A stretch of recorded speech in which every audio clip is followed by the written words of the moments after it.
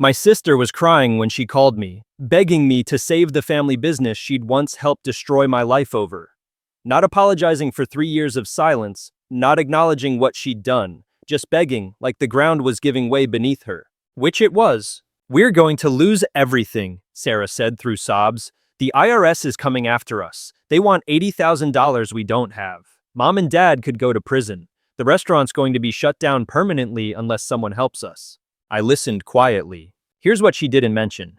I'm a senior business consultant making 6 figures. I graduated with honors in computer science and finished at the top of my MBA class. I understand audits, compliance, and crisis management well enough to know exactly what they were facing. I also know I could have helped. 3 years earlier, my parents cut me off completely after Sarah showed them a set of emails she claimed proved I'd been selling trade secrets to competitors. They didn't ask questions, they didn't verify anything, they didn't even notice how amateur the forgery was. They just decided I was disposable. They called it an investment in the family. Sarah was the future. I was second best. Now that same investment was failing. The restaurant they'd built their identity around was collapsing under problems they'd ignored for years, and the daughter they'd erased from their lives was suddenly the only one who understood how to fix it.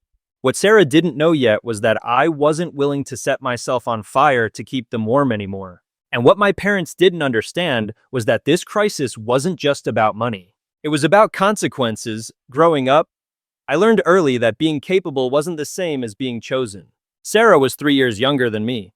She barely scraped through high school and had never held a job outside our family's restaurant. But she was the golden child, the future, the one who mattered. I graduated summa cum laude with my computer science degree. Sarah forgot to submit her college applications. I was accepted into a top-tier MBA program with partial scholarship funding. Sarah started working full-time at Romano's, learning to run the register and take orders. Guess who my parents were prouder of? "Education is nice," my mom would say when relatives asked about my achievements, "but Sarah's learning the real business. She's going to take over the restaurant someday." Sarah soaked up the attention like it was inevitable. At family dinners, she'd talk about customer complaints and menu tweaks as if she were running a major corporation. My parents listened, nodding seriously. Meanwhile, I was working 2 jobs to cover what scholarships didn't. When I asked for help, I was told it wasn't an investment in the family. Every milestone I hit was acknowledged briefly, then redirected. "Dean's List? That's great, honey. Sarah just reorganized the storage room." "A consulting job offer? Wonderful. Sarah's training a new hire." Being smart was expected. Being useful to Sarah was celebrated. Romano's had been my parents' pride for 15 years. They turned a small corner space into what they called a neighborhood institution. Photos of regulars lined the walls, local team jerseys hung behind the bar, old newspaper clippings framed their origin story. Sarah wasn't just working there. She was being groomed to inherit it. My parents spoke about her like she was a future mogul, even though she'd never balanced a budget, negotiated a vendor contract, or tracked food costs. Health code compliance was something they trusted would work itself out. When I raised concerns, unreported cash, questionable suppliers, employees paid under the table, I was told I was overthinking things, too academic, too detached from reality. "School teaches theory," my dad would say. "The real money is in the family business." What they never said out loud was clearer than anything they did. Sarah was the investment. I was second best. Everything changed on a Thursday afternoon in March, 3 years ago. I was at work when Sarah called me, crying about something terrible she said she'd discovered. "I found emails," she said, her voice shaking, "on your old laptop, the one you left here when you moved out." She claimed she'd been looking for old family photos when she stumbled across messages I'd supposedly sent to Marcello's, the Italian restaurant across town. According to her, I'd been offering them our family recipes, supplier contacts, and customer information in exchange for a job. She forwarded them to me while we were still on the phone. At first glance, they looked convincing. My name, my old email address, specific details about Romano's operations. But as I scrolled, my stomach dropped. The timestamps didn't line up with when I'd had access to that computer. The phrasing wasn't mine, and most obvious of all, I had never applied for a job at Marcello's or any other restaurant. "These aren't real," I said. "Someone made these." Sarah didn't respond. She'd already hung up. By the time I drove over to Romano's that evening, the story had been told without me. My parents were waiting with printed copies of the emails spread across a table like evidence. "You've betrayed this family," my father said before I could finish a sentence. "Get out." My mother wouldn't look at me. "After everything we've given you," she kept repeating like it explained everything. I tried to explain that the emails were forged, that anyone with basic computer knowledge could see it, that I'd never sell them out no matter how often I'd been treated as second best. They didn't want explanations, they wanted someone to blame. Within a week, my number was blocked. My attempts to visit were met with locked doors. Letters I sent were returned unopened. They told our extended family not to contact me, repeating Sarah's version until it became fact. I didn't just lose my family that month. I was erased from it. Being cut off from my family turned out to be the best thing that ever happened to my career. Without the constant pressure to justify my worth to people who had already decided it didn't exist, I threw myself into my consulting work. I focused on small business crisis management and operations optimization. The irony wasn't lost on me. Within 18 months, I was promoted to senior consultant. My salary climbed to $120,000. I moved into a downtown apartment with floor-to-ceiling windows overlooking the financial district. Most nights I worked late, reviewing audits and restructuring plans for companies far more complex than a single-location family restaurant. I advised restaurant groups with dozens of locations, retail operations spanning multiple states, manufacturing firms with supply chains that crossed borders. Colleagues started asking for my input on deals worth millions of dollars. Meanwhile, the people who'd said I didn't understand real business hadn't called once. The success felt hollow sometimes, not because it wasn't earned, but because I'd finally proven something to people who would never see it. Eventually, I stopped working for their approval and started working for myself. 6 months later, I began hearing things. Not directly. My parents had made sure mutual connections understood I was off limits. But information travels in small communities, especially when businesses struggle. A cousin mentioned at a wedding that Romano's was having issues with suppliers. A former classmate posted online about declining food quality. Reviews started mentioning slow service and inconsistent dishes. Then came the health department visit. I didn't hear about it from family, but from a colleague who consulted with a restaurant association. Romano's had failed an inspection, multiple violations. They were forced to close for a week to address food storage and sanitation issues. Sarah, the future restaurant empire builder, had apparently never learned about temperature controls or cross-contamination. I noted it and moved on. The person who shifted my perspective wasn't my parents or my sister. It was my Aunt Margaret, my father's sister, a woman who'd worked at Romano's years earlier before having what the family called a falling out. She reached out 8 months after I'd been disowned. Not to mediate, not to push reconciliation, just to check on me. "I heard what happened," she said over coffee, "and I want you to know some of us never believed it." Margaret told me how she'd tried to modernize the restaurant years earlier. Proper accounting systems, inventory tracking, compliance processes, how my parents dismissed it all as unnecessary. How Sarah sided with them even then. "They didn't want help," Margaret said. "They wanted control, and people who wouldn't question it." She left and built her own catering company. She'd been independent for a decade while my parents stayed locked in the same habits. Before we parted, she said something that stayed with me. "Don't set yourself on fire to keep them warm." And for the first time, I understood that walking away wasn't abandonment. It was survival. Over the next year, the problems at Romano's accelerated beyond simple health code violations. Through industry contacts, I heard they were struggling to pay suppliers on time. Vendors stopped extending credit and demanded cash up front. Their primary food distributor put them on a payment plan after they'd fallen thousands behind. Sarah, the supposed business prodigy, responded with moves that signaled panic. She switched to cheaper ingredients that customers noticed immediately. She cut staff during peak hours, creating longer waits and angrier diners. She raised prices while shrinking portions. Every decision made things worse. Online reviews turned from disappointment to warning. Longtime customers wrote that the food arrived cold, that servers looked overwhelmed, that dishes no longer resembled what they remembered.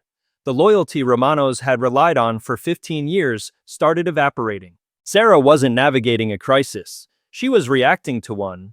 What changed everything for me wasn't family gossip, it was professional context. During a discussion about tax compliance audits, a colleague mentioned Romano's. not as a client, but as a business flagged for potential reporting irregularities. Cash transactions that didn't align with declared income, supplier payments that didn't match inventory records. I paid attention. Through public filings and industry databases, a clearer picture emerged. Romano's wasn't just poorly managed, it was operating in ways that crossed legal lines. Unreported cash sales, supplier invoices that didn't exist, employees paid in cash below minimum wage without documentation. They weren't just failing, they were exposing themselves. As the year progressed, Sarah's panic became visible. She borrowed money from non-traditional lenders with interest rates that could cripple a business in months. She fired experienced kitchen staff and replaced them with cheaper, inexperienced labor. Regular customers, people who had eaten there weekly for years, posted about being treated rudely when they raised concerns. The golden child was no longer protected by goodwill. What stood out to me wasn't just incompetence.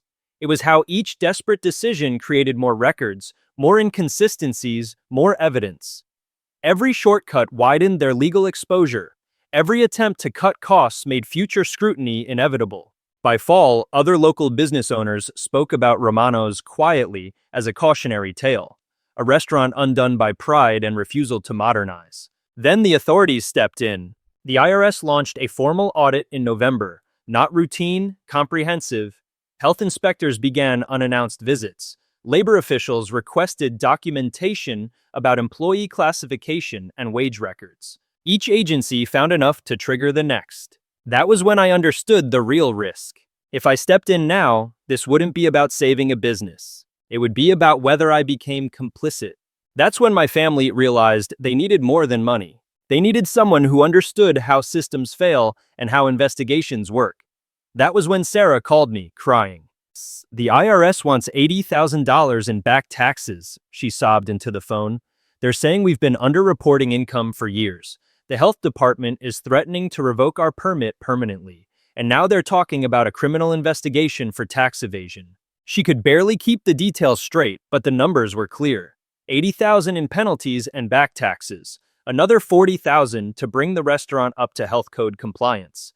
Legal fees that could easily climb into six figures if charges were filed.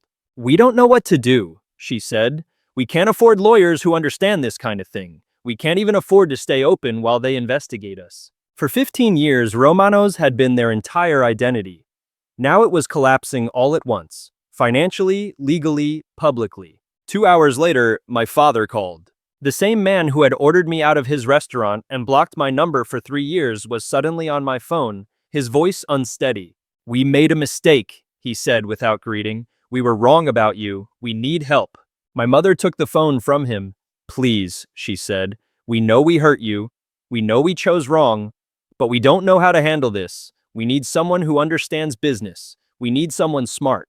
The irony was sharp enough to be almost funny. The education they'd dismissed as impractical, the MBA they'd called theoretical. The consulting career they'd said wasn't an investment in the family. That was exactly what they were begging for now. Then my father spoke again, quieter this time. "Those emails," he said, "the ones Sarah showed us. They were fake, weren't they?" I didn't answer right away. "She told us last week," he continued. "Everything's been falling apart and she panicked. She admitted it. She said she was jealous of your success. She thought if you were out of the picture, we'd focus more on the restaurant, on her." My mother's voice drifted in from the background. She said she used a computer program, that it was easy. 3 years. 3 years of silence. 3 years of being erased from my own family because they'd believed amateur forgery from their golden child instead of asking a single question. "We should have listened," my father said. "We should have investigated. We should have trusted you." The admission landed hollow, not because it wasn't sincere, but because it had taken the collapse of their world for them to say it. "What do you want from me?" I asked. "Help us save the restaurant," my mother said immediately. "You understand audits and compliance and all the things we never learned. We'll give you 50% ownership. We'll pay you $10,000 up front. We'll tell everyone in the family we were wrong. We'll make you a full partner," my father added quickly. "Equal say in all decisions. We'll do whatever you think is best." They were offering me everything they had denied me before. Respect, authority, public vindication, a seat at the table. For the first time in my life, they weren't treating me as second best. And for a brief moment, I understood why this offer would trap someone who still wanted their approval. As they talked, a different part of my brain took over, the part I'd trained myself to trust. If I advised them, my emails could be subpoenaed. If I accepted ownership, I would inherit liability. If I helped restructure finances while the business was under active audit, every decision I touched would be examined under criminal scrutiny. There was no version of helping quietly. Once my name appeared in their records, I wouldn't be a daughter helping family.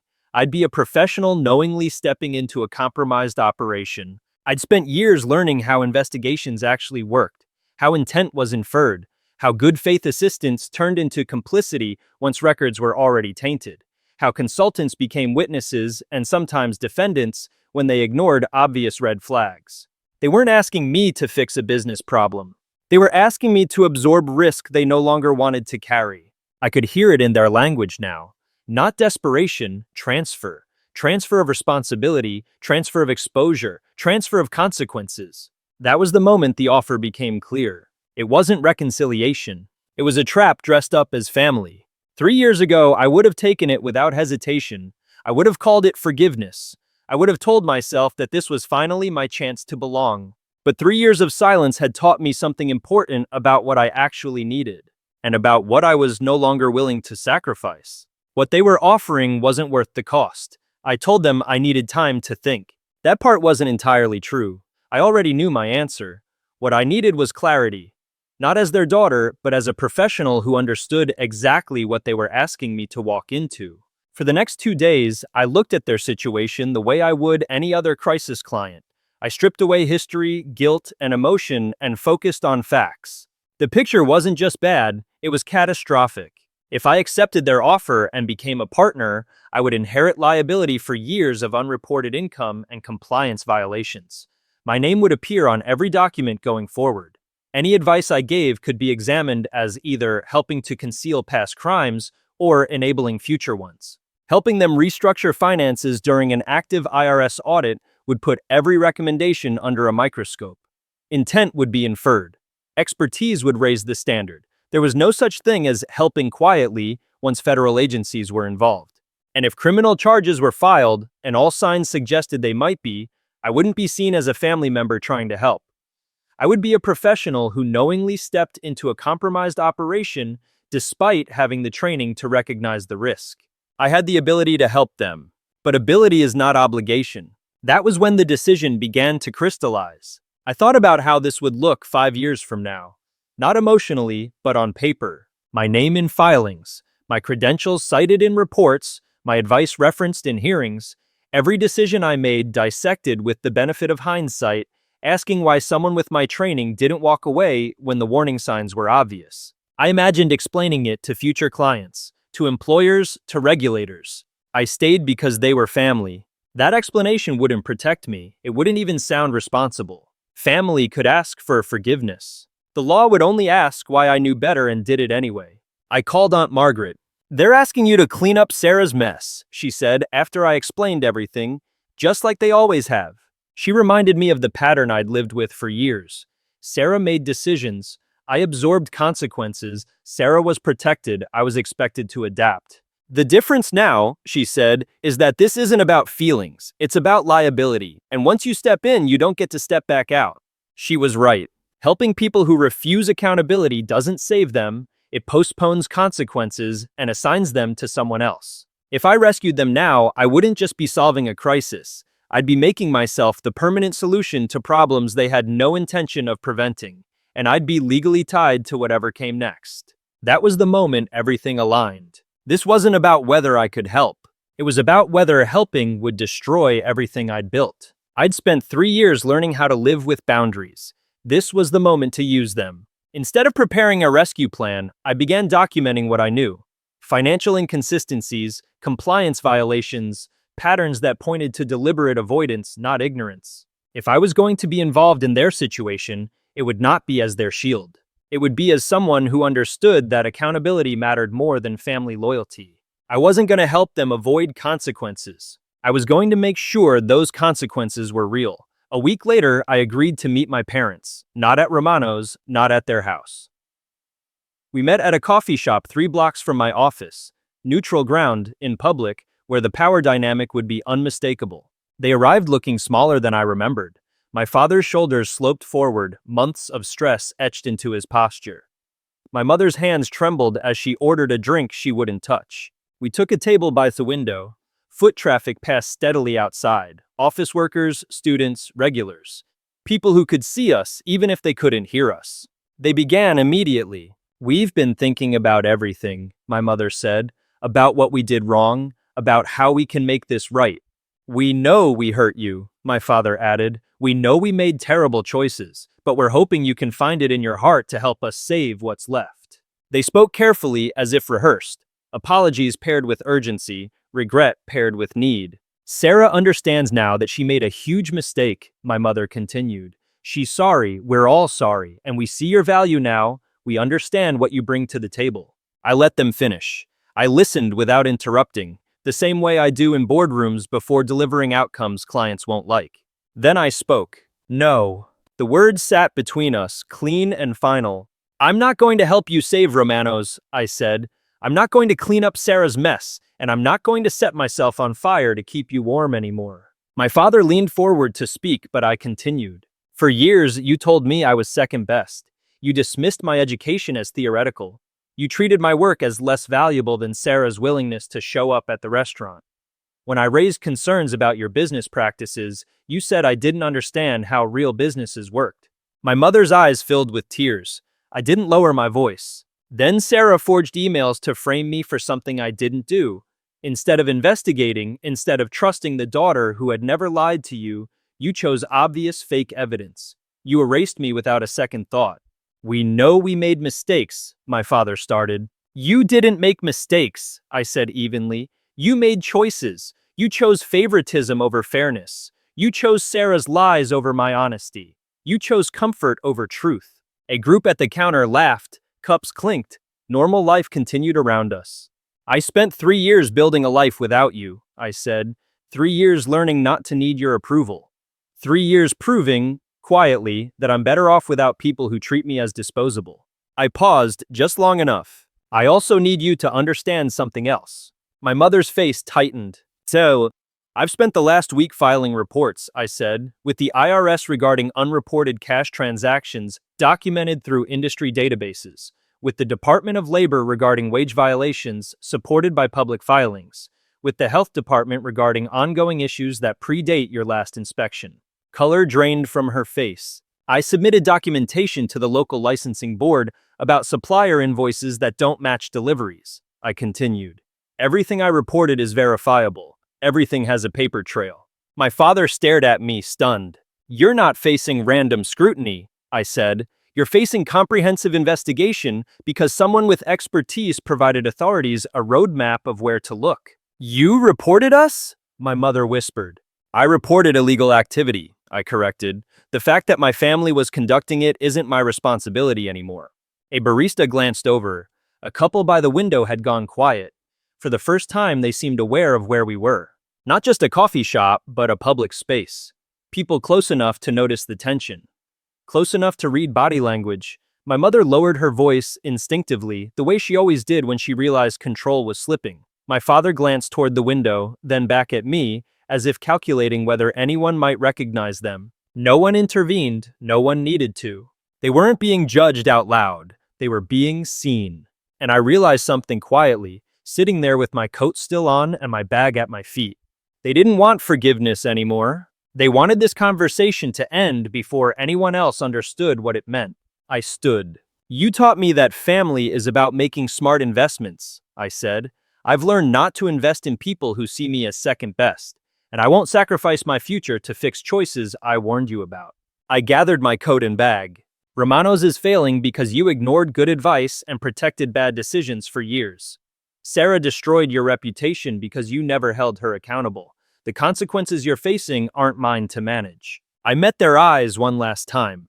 "I hope you learn from this, but either way, I'm done paying for it." I walked out of the coffee shop and didn't look back.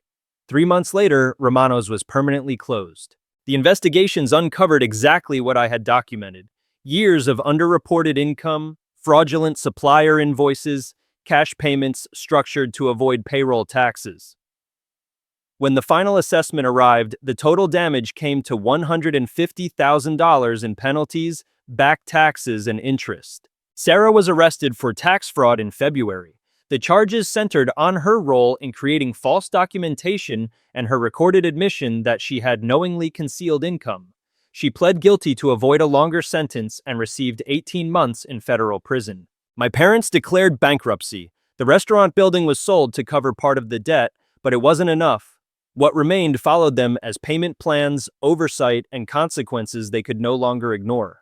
For the first time, the golden child wasn't protected from the results of her choices. What surprised me wasn't grief. It was how little satisfaction I felt watching their world collapse. Not because I regretted my decisions, but because revenge had never been the point. Freedom had been the point.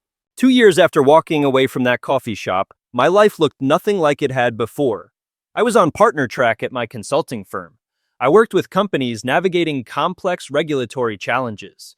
I wrote and spoke about crisis management, not as theory, but as lived experience. More importantly, I surrounded myself with people who valued competence over blind loyalty, people who didn't need me to stay small to feel secure. I thought about my family occasionally, not with anger, not with longing, just as a closed chapter that taught me how to recognize when loyalty turns into self-erasure. The last time someone asked about them, I answered without my pulse changing. "We're not in touch anymore," I said. It was the right choice. And it was. I learned that being second best in a broken system is still a trap. That setting yourself on fire to keep others warm doesn't save anyone. Walking away from people who treat you as disposable isn't abandonment.